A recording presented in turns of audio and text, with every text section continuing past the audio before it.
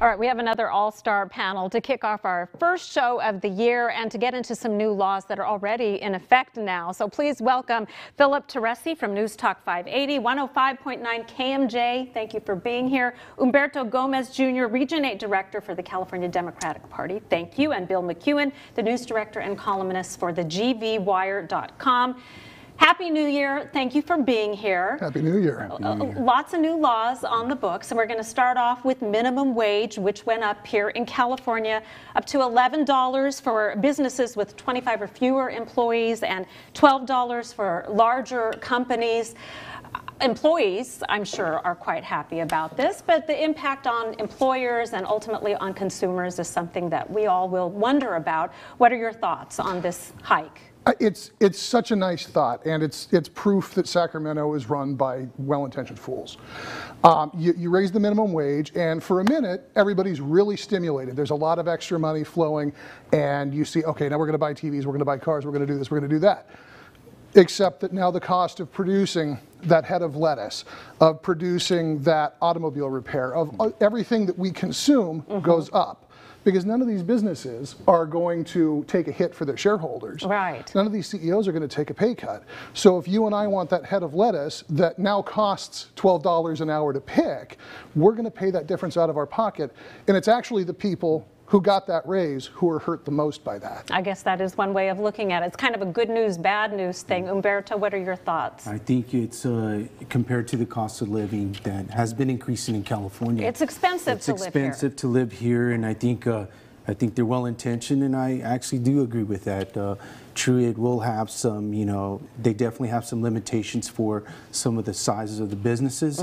But when people have more, when families have more money in their pockets, they go out. They go out, spend money, they go out to the movies, they go out to the restaurants. So to me, you increase commerce, you increase the amount of ability for families to go out to spend money. They're not necessarily going to buy new TVs or just things like that, but yes, they go out with their families, they'll take their kids out to Storyland, to the zoo, things like that, and I think it's beneficial overall for the community. The local community may absolutely benefit. Philip? Bill. Bill, I'm so sorry. That's okay. Bill. So, my take on it is with the worker shortage in California right now, the minimum wage raise is not going to have a lot of impact on businesses. Yeah. They're already paying more than the minimum wage for jobs that we used to think were minimum wage jobs. I want to focus on ag because I think ag is okay with the hourly increase. Well, I know farm workers are getting an increase. But the rub for them now is that the overtime rules are coming into effect. Yes. So, for example, if they work more than 9.5 hours in a work day, they're going to get time and a half. They work 55 hours in a work week. A large employers, they're going to get time and a half. I think where ag is really concerned is when they look ahead to 2025, because then the minimum wage is going to be substantially higher, and they're going to be operating on the same rules as everybody else. 8 hours per work day, 40 hours per work week for the small employer. And also, if they work more than 12 hours in a day, double time. Yeah. And we know in ag, there's that concentrated period. So I think what's going to happen with this is we're going to continue to see what we've already seen because of water and regulations. A lot of small farmers going out, and it's going to become increasingly the corporate farmers. And of course, it always trickles down to the consumers as well. So we'll all pay for this. Yeah, so I think the irony here is that the Democrats are always championing the small farmer, yet with regulation and with what's coming with water and now these overtime rules, they're steering farming towards corporations. Right, or steering businesses. I know the population in California is not growing at the pace we've seen in the past. Businesses are leaving.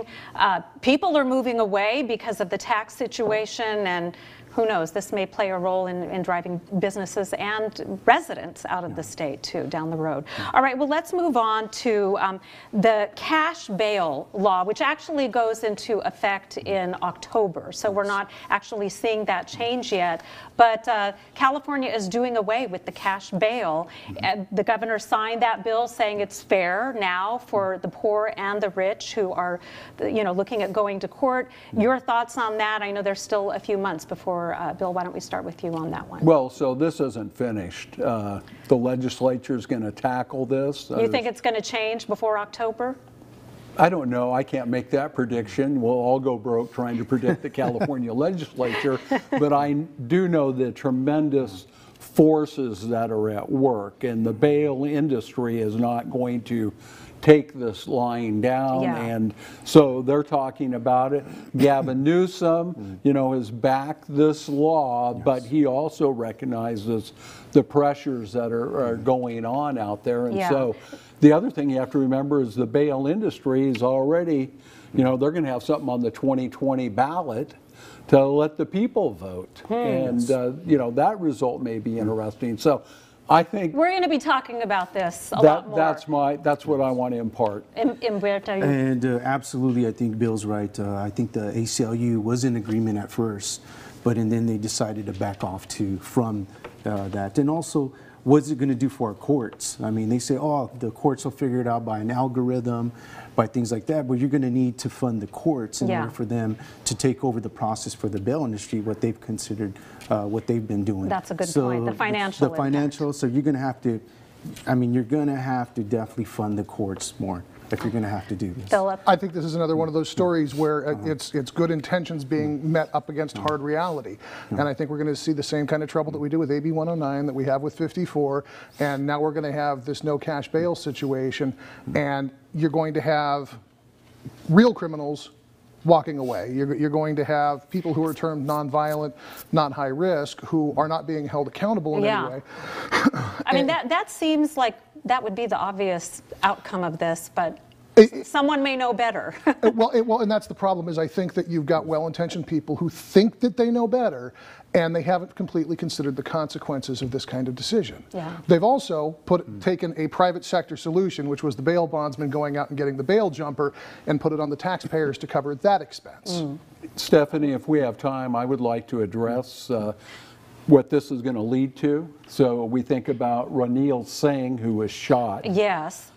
And think about it. He had 2 outstanding warrants. Right. And I don't think the average Californian realizes, because they think, oh my God, if there's a warrant out for me, I'm in big trouble. But the reality is, there are thousands of people who have been convicted or failed to complete what the court ordered. Right. And they're running around out there. And without the bail, then that could happen. No, but my point is, law enforcement can't even catch up with the people that have $10,000 warrants because they had a DUI and they never completed their sentence. Right. Can you imagine now with people that have no bail, and the message is kind of going to be, oh, I was arrested and I had to sweat it for an hour, but I'm back in my regular life. It's a lot to think about. It's a lot to think about. And we'll be talking more about it for sure. Stay with us. We'll have more after this short break.